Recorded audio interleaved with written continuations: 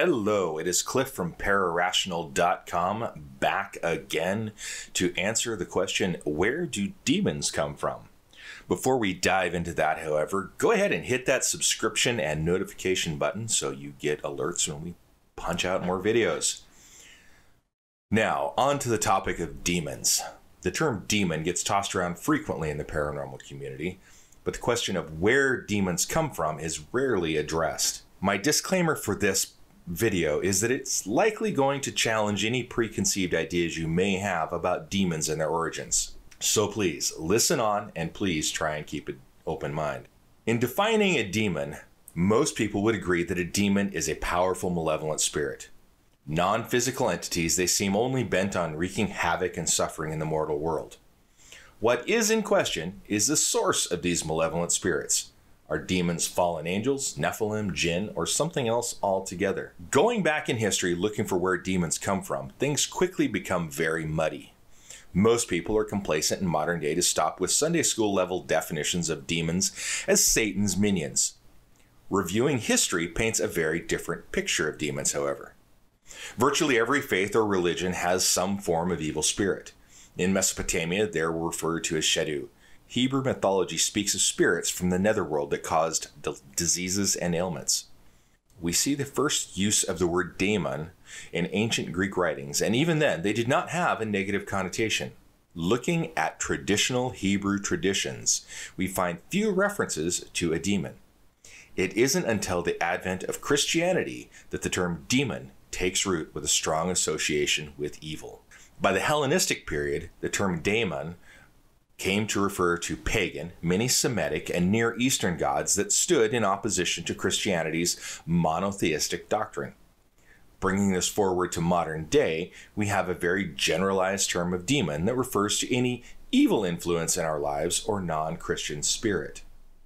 While convenient, this social-political influence on the term demon speaks volumes to the weakness of human nature, but does nothing for understanding the source of demons. As we have seen, most of these entities labeled as demons in modern times are spirits or minor deities that are not Christian in origin. Much of our Christian mythology for demons comes from a combination of the concepts of fallen angels and the poem of Paradise Lost by Milton. The earliest references to fallen angels in the Book of Enoch, in all honesty, sound more like encounters with ancient aliens or possibly with an earlier race of advanced humans. Experience shows us that some powerful demons do exist, as does some form of existence after death. But nothing is conclusive from that as being a source of demons. While it seems likely there are some ancient and powerful negative entities, their actual origins are entirely unclear. Again, we follow the threads of where do demons come from and find the trail going cold. With the divine source of demons looking less and less likely, we are left with two other potential sources for demons. The first, in my opinion, is most likely the suspect, and that is humans ourselves. Consider the concept that a human can be evil in life, amassing a good deal of negative energy that they take with them into the afterlife. If, for whatever reason, they don't go wherever they are supposed to after death, they hang around. Perhaps their hatred or attachment to a location is so strong that they never fully leave the physical realm. Initially, this could result in a negative haunting or evil spirit in a location. What if, though, over time, by creating chaos, it drained energy from the human realm and became stronger? It seems reasonable that it would be a steady progress from that point to where it could start exhibiting behavior that we would call demonic. Frequently, people are warned about demonic attachments, meaning that a negative entity has attached itself to them. Could it not be assumed that a very strong negative entity could not just attach itself to you, but actually displace a victim's own consciousness or soul? These extremely strong entities would explain many, if not all, of the possessions that have been recorded. The other source for demons could be old natural spirits. Old natural spirits are one class of entity that is often overlooked in the discussion of demons. These are incredibly old, ancient entities. Fans of the show Dead Files will occasionally hear Amy Allen talking about evil entities that are non-human in origin. It is my assertion that these are very old earth or nature spirits that still inhabit our world. The Gaia hypothesis states that the Earth itself is a living entity. It could be that these spirits are a manifestation of that greater force.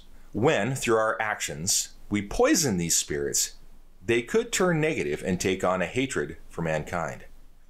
These demonic nature spirits are exceedingly hard to get rid of, owing that they answer to a willpower far older than humanity. I'm speaking of the Earth itself, of course. One notable difference between these types of demons and what we classically think of as a demon is that they have little interest in possessing us physically and are far more bent on revenge or lashing out at us for our collective crimes against nature. The fact is, demonic entities exist. We know this from the experiences of many people. Some demons are minor, likely just at the beginning of their change from an angry human soul to something demonic, on up to the very, very old evil entities that hate humanity.